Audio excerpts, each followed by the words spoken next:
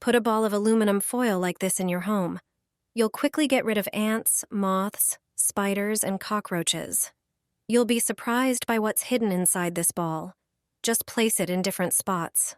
Thanks to it, your problems with bugs and insects will disappear in seconds. So grab some aluminum foil and do what I do step by step. Tear off or cut a piece of aluminum foil with scissors.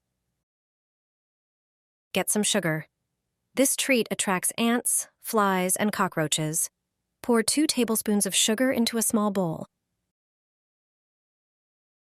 Add 1 heaping tablespoon of toothpaste. Every toothpaste has ingredients insects don't like. That's why toothpaste is often used to fight and repel all kinds of bugs. Add a little citrus peel. It can be grated lemon, lime, or orange peel. Mix everything together. Scoop some onto the aluminum foil and wrap it into a ball.